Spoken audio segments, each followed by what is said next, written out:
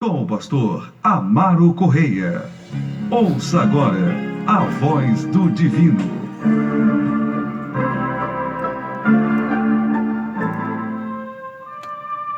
Louvado seja Deus. Louvado seja Deus. Amém? Bendito é o nome do Senhor Jesus Cristo. 1 Coríntios, capítulo de número 4. É a nossa caminhada na carta de Paulo aos Coríntios, a primeira carta de Paulo aos Coríntios, que nós estamos lendo nesse período, né, em nome de Jesus Cristo. Capítulo 4 de 1 Coríntios, nós temos aqui algo muito glorioso da parte de Deus, né, dando continuidade àquilo que a gente vem fazendo a leitura da intenção de Paulo, primeiro,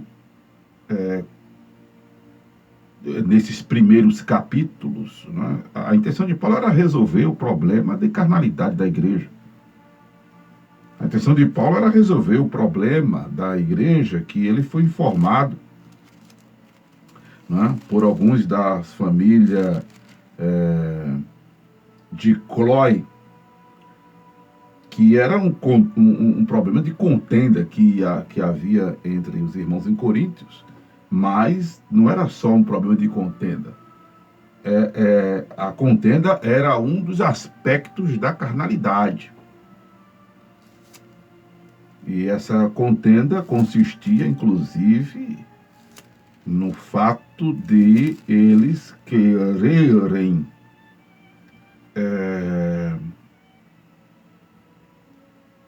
torcer, né,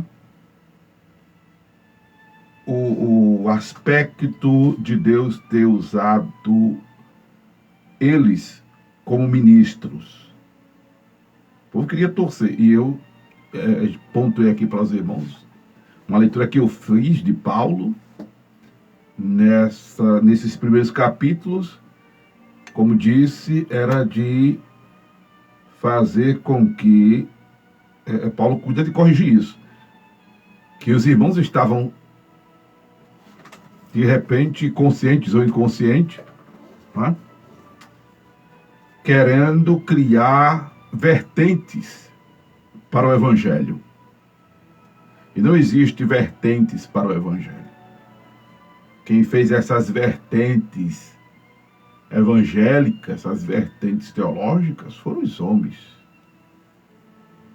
Que Paulo combateu isso. Né? Glória a Deus. Paulo combateu isso nessa época em que, por exemplo, a carta dele aos Coríntios é datada, né, dos anos 50 a 56. Coisa que, infelizmente, veio ocorrer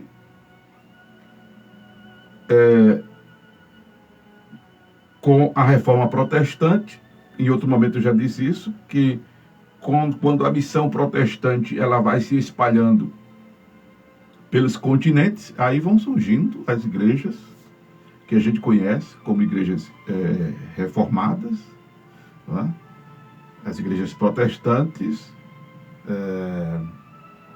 a luterana, a zwingliana, episcopal, metodista, anglicana, e vão surgindo essas igrejas que são protestantes e que têm uma roupagem católica, né?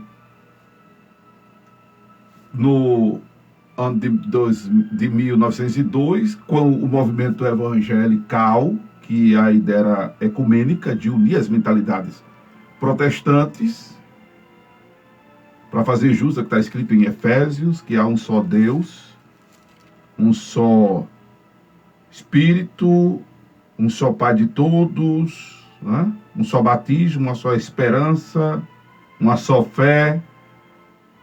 A ideia do movimento evangelical supostamente era esta.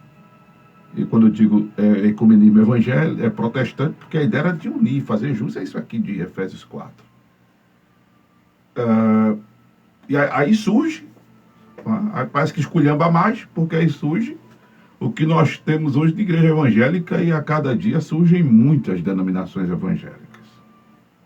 Paulo combateu isso lá atrás, nos anos 50, 56, depois de Cristo, que era um suposto intento dos irmãos quando dizem: eu sou de Paulo, eu sou de Apolo, eu sou de Cristo, não é?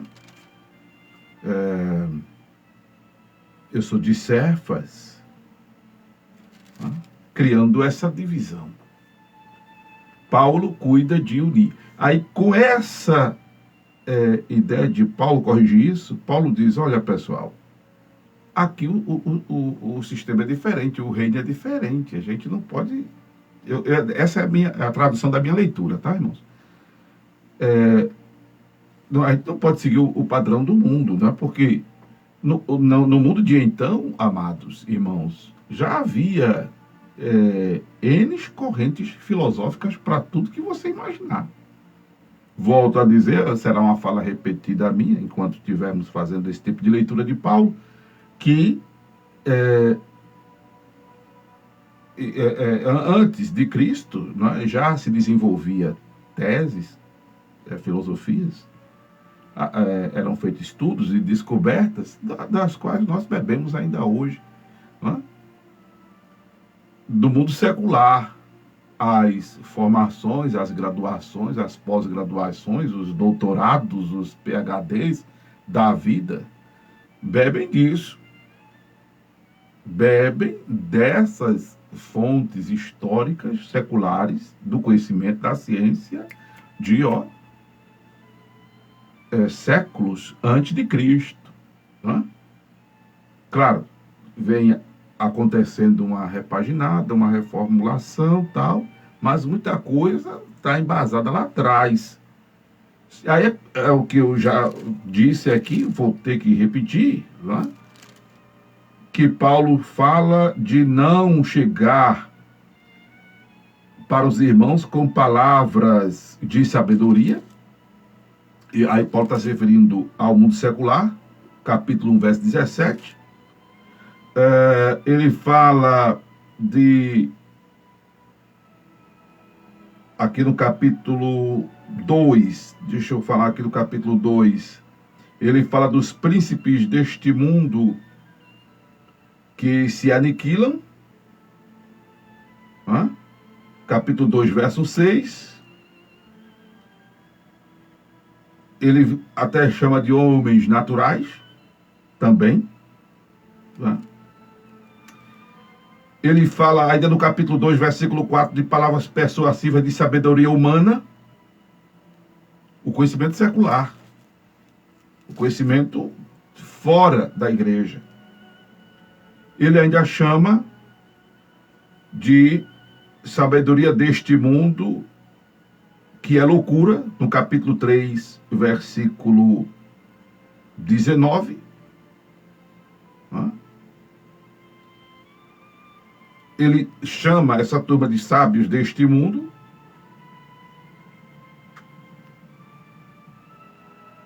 e ele continua falando do conhecimento secular, no capítulo 3, versículo 20, pensamento dos sábios que são vãos. São alguns adjetivos que Paulo dá ao conhecimento material, humano, científico do mundo. Que aí Deus pega essas coisas, né, que os homens têm como sábias e as confunde com o que para o mundo é loucura. Né? Por isso que Paulo diz que para os judeus é escândalo e para os gregos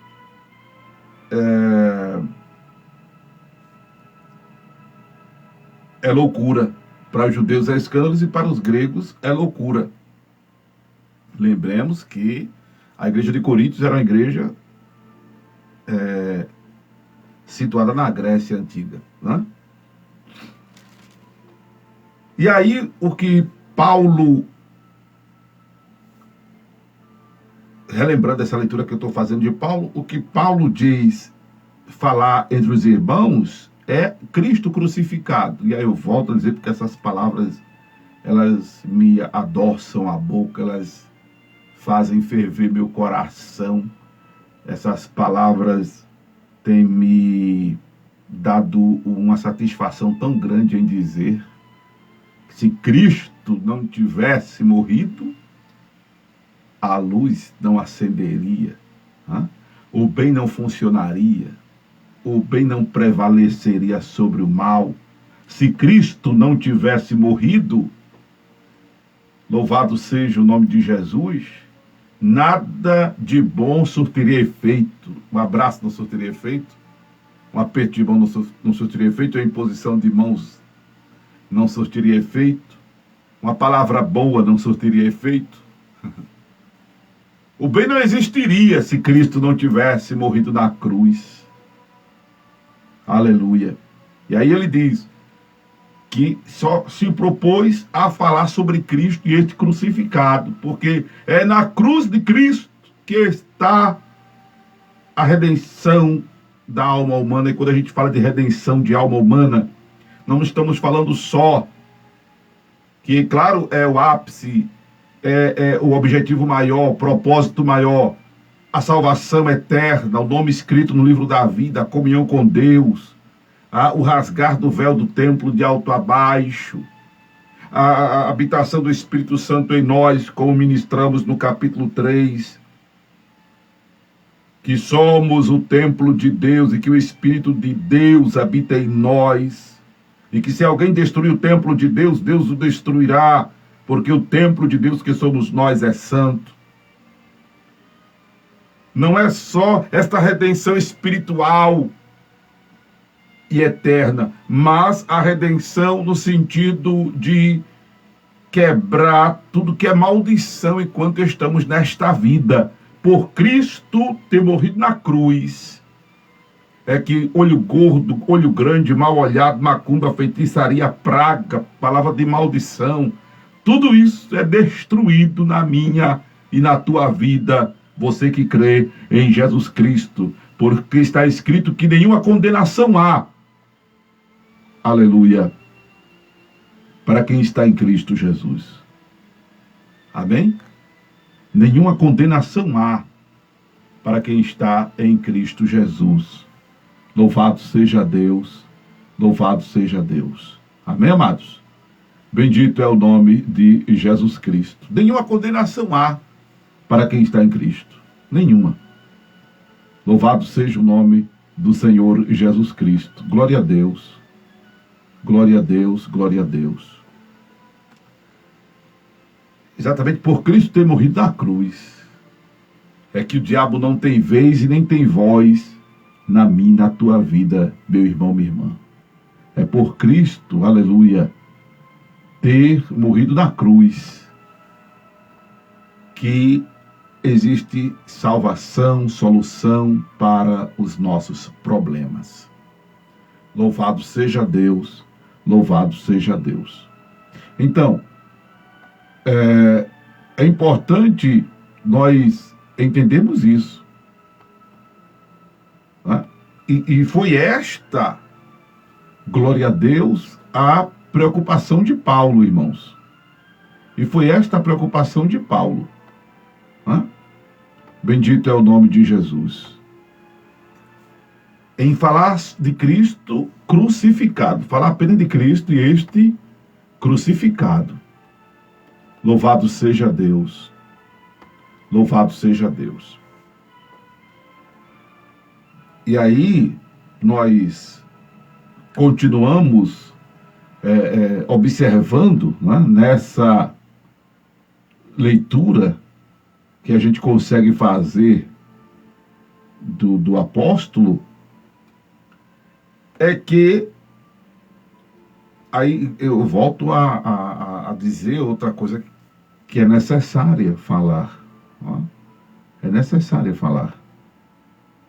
Eu me senti repreendido pelo Senhor para exatamente não trazer para as ministrações conteúdo filosófico, científico, como matéria de fé e prática, porque isso não serve para a nossa fé, para a nossa relação com Deus, não serve. Não é? O que serve para a minha e para a tua relação com Deus, meu irmão, minha irmã, louvado seja o nome de Jesus, é a palavra de Deus, as verdades de Deus. Não é? Cristo crucificado tem a ver com o Evangelho. Por isso que em outro momento Paulo diz: não me envergonho do Evangelho de Cristo, porque é poder de Deus e salvação para todo aquele que nele crê. Não é? Louvado seja Deus. Paulo, ele chega a dizer essas palavras, inclusive, quando ele escreve aos Romanos, não é? Que não se envergonha deste Evangelho, porque é poder de Deus e salvação para todo aquele que nele crê. Louvado seja o nome de Jesus. Amém? E aí ele defende que, além de Cristo ser crucificado, é importante que os homens nos considerem como ministros, dispenseiros dos mistérios de Deus. Sabe o que é isso, irmão? Isso é muito profundo. Isso é uma correção para pregadores que ficam procurando mensagens já preparadas na internet. A turma fala disso. Não conheço ninguém que procure mensagem na internet, mas escuto o pessoal falar que há pregadores que se passam por isso, né? De procurar mensagens, misericórdia, na internet. É complicado, né? Ou essa turma não está orando e lendo Bíblia, porque, olha, quem lê Bíblia e ora, sempre tem o que dizer, viu, irmão? Quem lê Bíblia e ora, sempre tem o que dizer. E se é um pastor de igreja? O que não falta é assunto para tratar com a sua igreja. Eu me lembro de uma vez, ou de algumas vezes, que já fui convidado, raramente para pregar em alguma igreja. A turma não me convida, porque a turma tem juízo, e normalmente quem me convida para pregar em sua igreja, eu até brinco, digo que não tem muito juízo. Porque eu normalmente rompo com tradições doutrinárias evangélicas que não têm fundamento bíblico. E como alguém já disse que eu não sei pregar o evangelho, porque eu prego ensinando, e aí eu não tenho nem como fugir de falar o que acredito, de falar o que defendo à luz da Bíblia como regra de fé e prática. Não tem nem como fugir disso. O que acontece? Chegava para mim o dirigente da igreja, dizia: pastor Amaro, fala sobre isso aqui, fala sobre isso, aquilo, outro. Eu digo: minha benção, eu já tenho uma palavra aqui no meu coração. Eu já tenho uma palavra de Deus aqui no meu coração. Posso ficar à vontade? Não, então fique à vontade, pastor. Então eu falava com a igreja, pregava para a igreja. Em outro momento, eu convidava alguém para ir pregar na minha igreja. Aí tinha alguém que chegava para mim e dizia: pastor, você quer que eu diga alguma coisa para a igreja? Aí eu digo: minha bênção, eu quero que você pregue a palavra. Porque eu sou um pastor presente, e o que eu tiver de tratar com a minha igreja, com a igreja do Senhor, claro, as ovelhas que eu pastoreio, eu trato aqui. Eu não tenho negócio de mandar ninguém dar recado, nem pedir para que alguém fale o que eu tiver de falar, não. Os problemas dos irmãos aqui, da igreja, a gente trata aqui mesmo na igreja. Ou pastor, a gente lava aqui em casa. Eu penso que se pregadores estão buscando mensagem na internet, procurando mensagem em livro, ou estão querendo... pastor, mas Paulo, ele foi formado, o senhor já falou que Deus pode usar dessa forma. Sim, isso aqui foi uma inspiração divina, não foi caboetagem, foi fofoca, não foi leva e traz. Não foi. Até porque consta como um momento de inspiração divina. Por isso que está na Escritura Sagrada Ou você duvida que toda palavra é inspirada por Deus e homens santos a escreveram, como diz Pedro? Se você duvidar disso, aí já é outro problema. Isso aqui foi um momento de inspiração, foi uma coisa singular, foi um momento único. Aqui é a formação da igreja.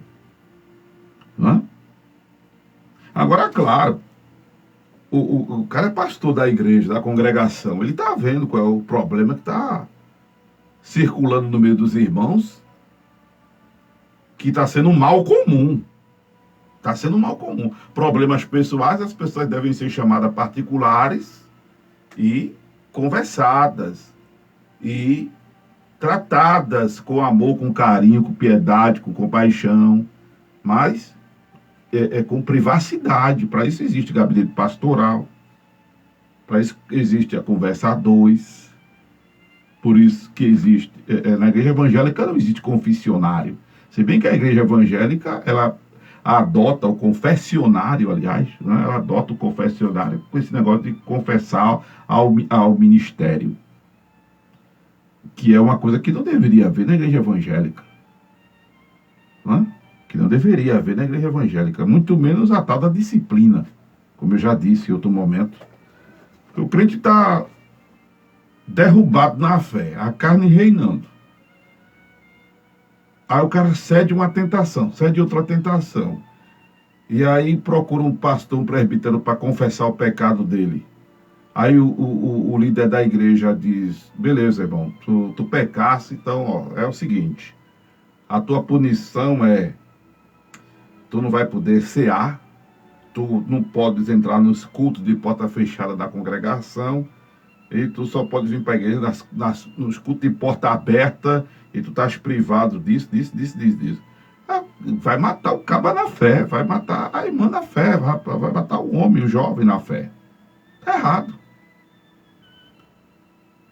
Essa pessoa deve ser chamada, orada, conversada, liberado perdão. E te orienta, irmão, em nome de Jesus, toma juízo. Diz as palavras que Jesus disse ao pessoal que ele curou: vai em paz e não peques mais. Vai em paz e não peques mais. Né? Então, cadê os mistérios de Deus na boca dos dispenseiros? Isso é para você que é pregador, ou que vai ser pregador, que prega na igreja. Procure orar e ler Bíblia, e você vai ter sempre algo de Deus para dizer. E outra coisa que me deixa muito estarrecido são os pastores se metendo em uma questão que não pertence a eles, que são esses conflitos políticos partidários, muito menos ainda. Ou ser político não, porque ser político tem nada a ver com partido político, como a gente conhece. Nesse período, por exemplo, eleitoreiro, que tem partido X, Y, Z, né? Com legenda, com número, essas coisas. Não estou falando dessa política. O ser político deve ser debatido, discutido, conversado, mas nessa política nojenta, partidária, venal, mercenária, enfim, né? Aí o que nos deixa estarrecido é ver homens de Deus brigando, sabe? E criando lado. Quando a gente vai para a via de fatos, nenhum lado presta. Política partidariamente falando, nenhum lado presta. É tudo podre, é tudo nojento, é tudo corrupto. Não é? E homens de Deus defendendo bandeiras partidárias. Teve um irmão que me esculhambou uma vez, eu não botei no ar, que não valeria a pena isso. Me chamando de covarde, disso, daquilo outro, porque porque eu não defendia a bandeira nem de fulano, nem de Beltrano, nem de Beltrano, nem de fulano. Vou até baixar a mão para você não achar que eu estou né? Dizendo que fulano é o meu lado X e Beltrano é o meu lado Y. É por isso que eu usei a expressão para os outros lados também. Porque até isso o pessoal tem adoecido, misericórdia. Tem criado intriga em famílias, no meio das famílias, tem perdido a amizade e tem gerado essa polaridade dentro da igreja evangélica que tem criado uma coisa terrível. E teve gente profetizando e profetizando, um divinizando o outro, demonizando o outro, e aquela coisa toda. Meu irmão, a turma tem se afastado aqui de 1 Coríntios 4. Né? Que os homens nos considerem como ministros de Cristo e dispenseiros dos mistérios de Deus. Sabe o que é mistério de Deus? É aquilo que o povo não consegue ver, enxergar, e a gente abre os olhos e a gente leva o entendimento, a clareza. Eu penso que o Acorda Bênção tem sido um ministro dispenseiro dos mistérios de Deus, porque você escuta coisa aqui neste programa que você não lê em livros por aí e muito mal escuta no púlpito da sua igreja. Eu desafio você a isso. Eu desafio você a dizer, pastor, tudo que o senhor fala aí eu escuto no púlpito da minha igreja. Eu duvido. Pastor, o que o senhor fala aí, muita coisa eu li num livro de teologia de fulano. Eu duvido. Eu não li. E olha que eu leio muito. Eu sei que você lê mais do que eu, de repente, claro. Mas confesso que Deus tem nos trazido revelação de muitas coisas que até então eram mistério. Por que era mistério? Porque eu não entendia. Não entendia, não tinha ouvido falar, não sabia. Não sabia. Você sabia que esse negócio de confessionário na igreja evangélica não era para existir? Você sabia? Você sabia que a pessoa pode se batizar nas águas já convertida ao evangelho? Precisa nem fazer discipulado.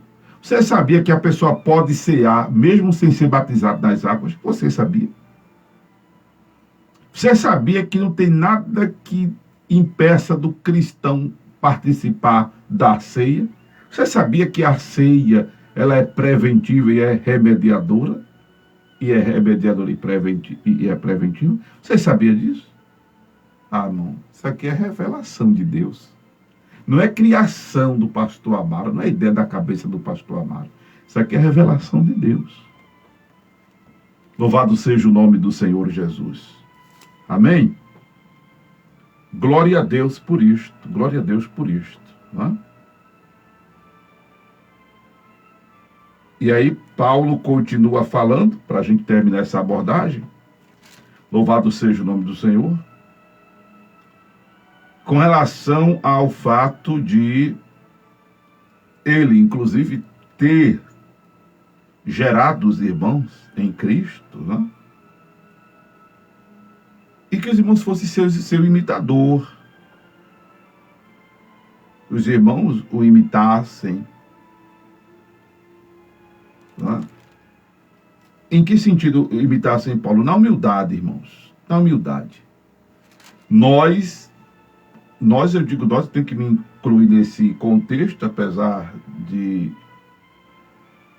na prática, né, eu acredito não ser uma realidade, mas sou servo desse movimento. Ficamos procurando glória para nós, ficamos procurando aplausos. Aí Paulo diz que ele e os demais não tinham isso.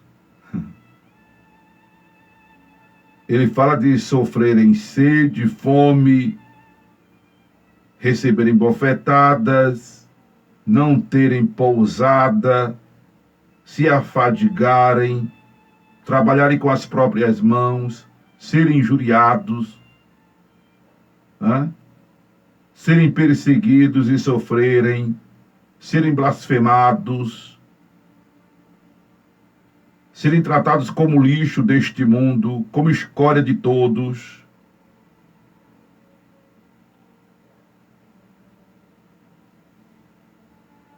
Serem loucos por amor de Cristo, enquanto eles eram sábios em Cristo.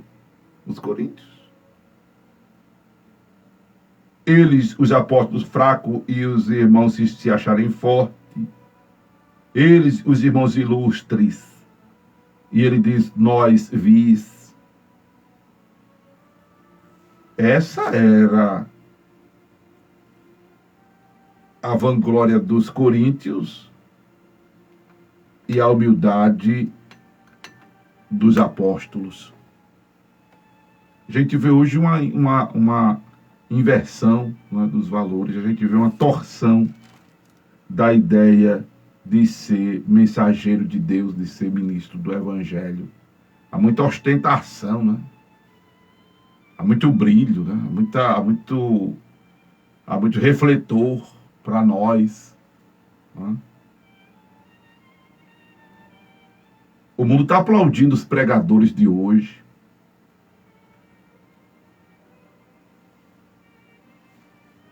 Esses que estão se dizendo por aí profetas de Deus para as vidas.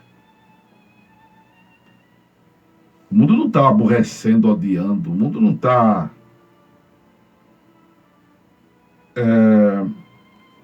tratando aqui como escória, como viu. Né? Tem alguma coisa errada. Fato é que tem alguma coisa errada em nosso meio. Tem alguma coisa errada por parte dos nossos ilustres pregadores.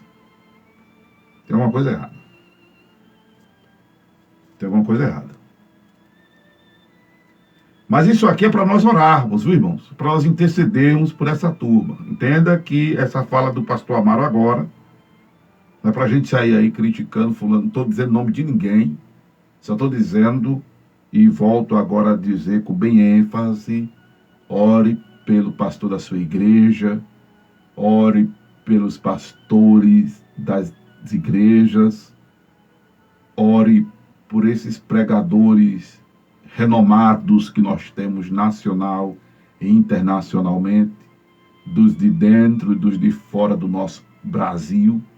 Oremos para que essa turma volte à humildade que começaram lá atrás, antes de serem tão famosos, de serem tão ricos e de serem compromissados com a palavra de Deus. Oremos. Né? Oremos. Para que, inclusive, também, irmãos, oremos, para que nossos cultos também não sejam só de palavras, sejam de virtude, sejam de poder. Uma coisa que eu pontuei aqui é que cabe, deixa eu voltar ao versículo 2, que, além disso, quer que nós, dispenseiros, cada um se ache fiel. Fiel na entrega do que recebeu de Deus, como Paulo disse aqui mesmo em Coríntios, eu vos entreguei o que recebi do Senhor.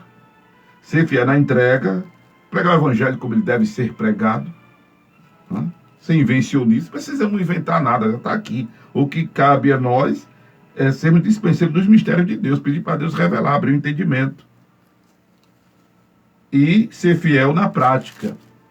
Com a coisa que Paulo diz a Timóteo, ele faz até menção de Timóteo aqui, no versículo 17, que ele diz a Timóteo, tenha cuidado de viver o que tu prega, para que tu salve tanto a ti mesmo quanto aos que te ouvem. Que o Senhor nos ajude, que o Senhor me ajude. Que o Senhor nos ajude a sermos fiéis nesse sentido também. Não é? E para terminar, versículo de número 20. Porque o reino de Deus não consiste em palavras, mas em virtude. Que quereis? Irei ter convosco com vara ou com amor e espírito de mansidão. Isso aqui é um assunto que a gente vai entrar depois. Mas aqui, ó, o reino de Deus não consiste em palavras, mas em virtude. Virtude é qualidade. E também se correlaciona aqui a manifestação do poder de Deus. Poder de Deus. E eu penso que a gente está vendo um pouco manifesto real de Deus. Pouco poder de Deus. Porque a qualidade está a desejar. A qualidade da moralidade, do exemplo, do testemunho. A gente está numa crise de moralidade muito grande, fora e dentro da igreja. Que o Senhor tenha misericórdia, que o Senhor tenha piedade de nós, pregadores. Orem por nós, irmãos. Quero terminar essa fala dizendo a vocês, orem por nós. Eu me considero pregador porque eu estou aqui há 23 anos nas madrugadas do Rádio Pernambucano, ensinando a palavra, pregando a palavra. Eu sou tão necessitado da misericórdia de Deus e das orações de vocês, quanto os ilustres, os pregadores famosíssimos que temos por aí. Que Deus nos ajude, que Deus nos abençoe, em nome de Jesus, em nome de Jesus. Amém? Glória a Deus.